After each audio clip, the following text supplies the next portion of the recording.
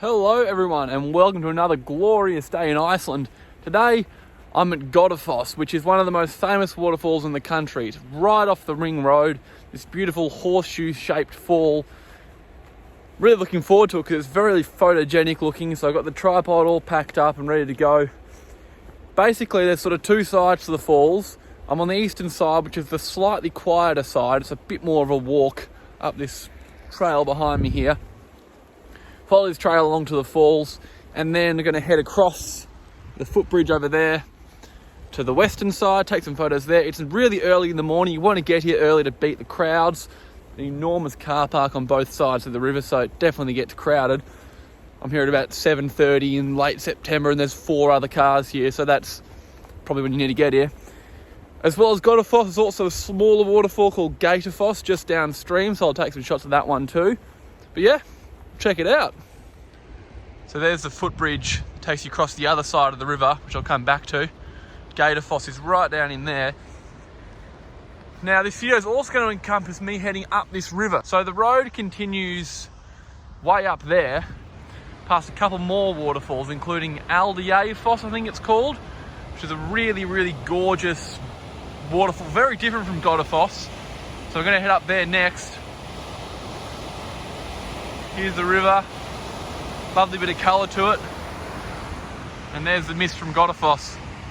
Now translated from Icelandic, Godafoss means waterfall of the gods, and the story behind it, who knows how much truth there is, but in about the 10th or 11th century I think, when Iceland became a Christian country, the leader of the country at the time, or the leaders, gathered here and chucked all their idols of their original Norse gods off the waterfall as like a symbolic gesture to show they were Christian now, and therefore the waterfall's become the waterfall of the old gods. Don't know if that actually happened, but that's the story. Coming in to look at now.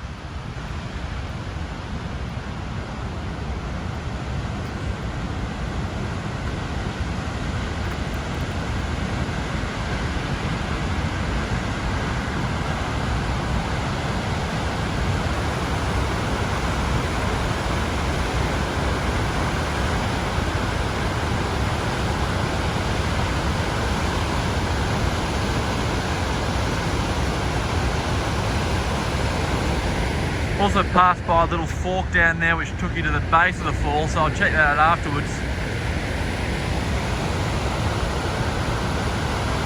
Such a beautiful, like, classic looking waterfall this.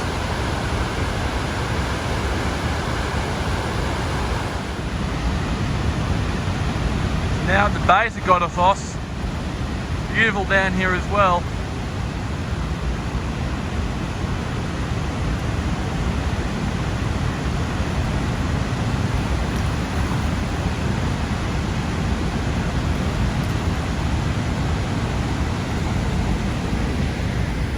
You just gotta love that turquoise water as it rushes downstream there.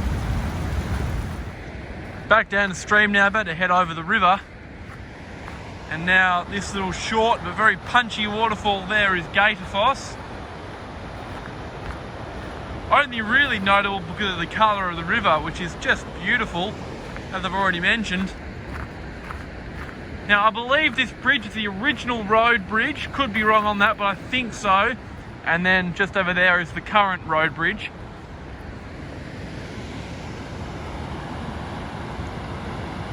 Very pretty. Made it to the west side of the falls. Beautiful here as well. I probably like the east side view slightly better, but I mean, it's much for muchness.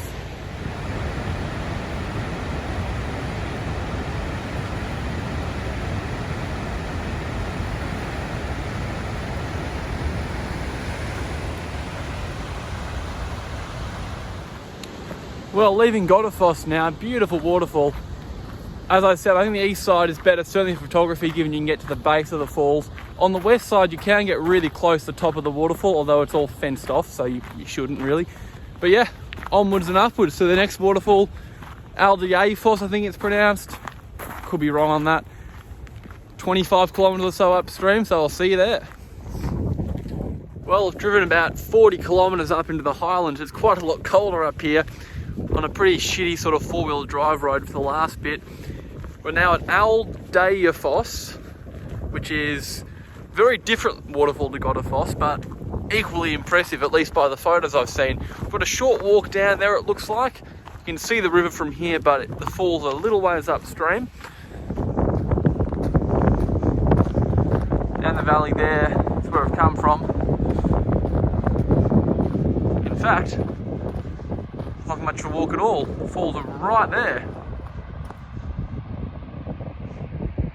And upstream could be where we're headed next. Down the hill we go, where there are quite a few photographers already set up.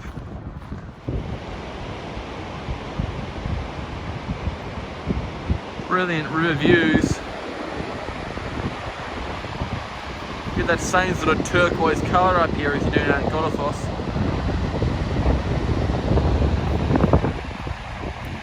Made it down to the gorgeous Aldeyjarfoss. Incredible sort of scene here. Got this sort of narrow waterfall plunging through a little slot in the cliffs, and then got those basalt columns that are really typical of a lot of the falls in Iceland. And again, the colour of the water is spectacular. See, we've got this little springs down there where the water seeps through the porous rock. And still plenty of photographers setting up.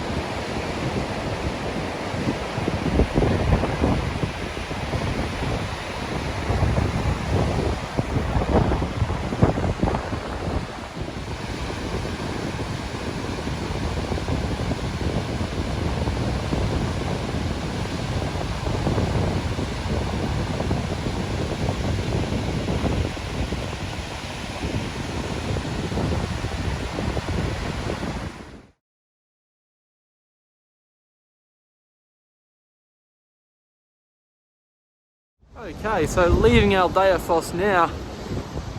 Beautiful spot, definitely worth a visit. Next spot we're going to, I actually don't remember the name of. It's not marked on any of the tourist maps or mentioned on any of the signs, but I know it's there. It's about 3 or 4 kilometres further upstream up this 4-wheel drive road. So we'll see you there. Well, that 4k's up the main road and then 1k down, probably the worst road I've ever driven on. I'm headed to Hrafnabjargafoss, the sign informs me, which I think is sort of the uppermost of the waterfalls on this river. There's obviously this one, Aldeyjarfoss, Godafoss, and then there's a couple more downstream which are hard to access and I'm not going to bother. But from the photos it kind of looks like a mini version of Godafoss, so I'm kind of looking forward to it. Obviously it's also very quiet because you're well out of the way here. There's one other car up there a little ways, but I might have the place all to myself, which is pretty nice. Definitely a bit of a hidden gem of a waterfall, even though it's quite close to Aldeyjarfoss, which is pretty popular given it's, you know, a back road sort of location. Anyways, let's have a look. Heading down to the falls now. As you can see, it's a really unusual spot. You've got that sort of cascading section over there. Then as you pan over, there's little horseshoe falls, which is, as I mentioned, quite similar to like a miniature Godafoss. And then just that classic Icelandic moonscape. So I'm standing in the turbulent main section of Hrafnabjargafoss. Now it's really cool here, but the fall's coming into this wild pool. And then the exit of the pool goes under this sort of bridge that it's formed. Real sort of whirlpool set up there. You can only imagine if you fell in, you'd be sucked under that rock and would not be coming out.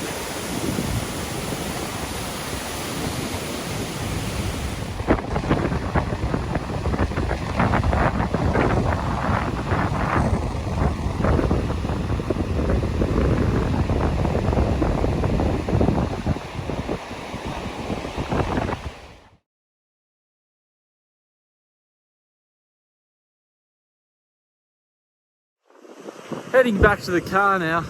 So unusual, that sort of mini Godafoss like waterfall into basically a bowl, and then the extra sort of bits really including the whole waterfall. It's actually well over 100 meters wide, even though it's not that tall.